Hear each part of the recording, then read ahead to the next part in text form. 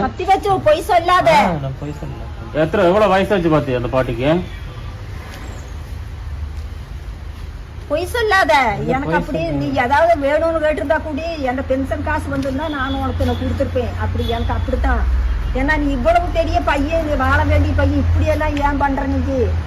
റൂമിൻ്റെ ഉള്ളിൽ കല്ല് വീണത് കൈ എന്നെ വിട്ടതേ ഇല്ല, അമർത്തി പിടിച്ചു. നമ്മൾ എന്തെങ്കിലും ഓടാൻ ശ്രമിച്ചാൽ അത് കഴുത്തിൽ എന്തെങ്കിലും മുറിയാക്കും, അല്ലെങ്കിൽ കൊല്ലും വിചാരിച്ച് ഞാനും അങ്ങനെ കരഞ്ഞു തന്നെ. വേണ്ടാ പാടാ പറഞ്ഞാൽ കുറെ കരഞ്ഞു ബാത്റൂമിൻ്റെ ഉള്ളിൽ. ഈ ഷോൾഡർ ഭയങ്കര വേദന. അന്ന് പോയി എക്സ്റേ ഒക്കെ എടുത്തു നോക്കി. ഇവൻ ഇങ്ങനെ പിടിച്ച് ഉന്തി വിട്ടാൽ ഞാൻ എന്താ ചെയ്യും? എനിക്ക് എന്തെങ്കിലും പറയാൻ പറ്റുമോ, ചെയ്യാൻ പറ്റുമോ? ഇത്ര വലിയ ആണല്ലേ ഞാൻ. 70 വയസ്സായി, ഇത്രയ്ക്ക് ഞാൻ എന്താ ചെയ്യുന്നു? ആരുമില്ല. ഇങ്ങനെ ശബ്ദം ഉണ്ടാക്കിയത് അത്രയേ എനിക്ക് പറ്റുള്ളൂ. പിന്നെ അങ്ങനെ തളർന്നു.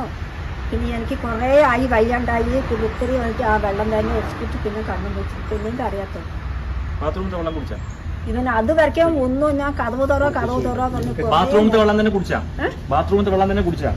പിന്നെ എനിക്ക് വേറെ 2 മണി തൊട്ട് 5 വരുന്നത് വരെ വന്നിട്ട് ഞാൻ ശബ്ദം കേട്ടിട്ട് പിന്നെ അവര് വന്ന് അപ്പുറത്ത് കൂടി വന്നത്.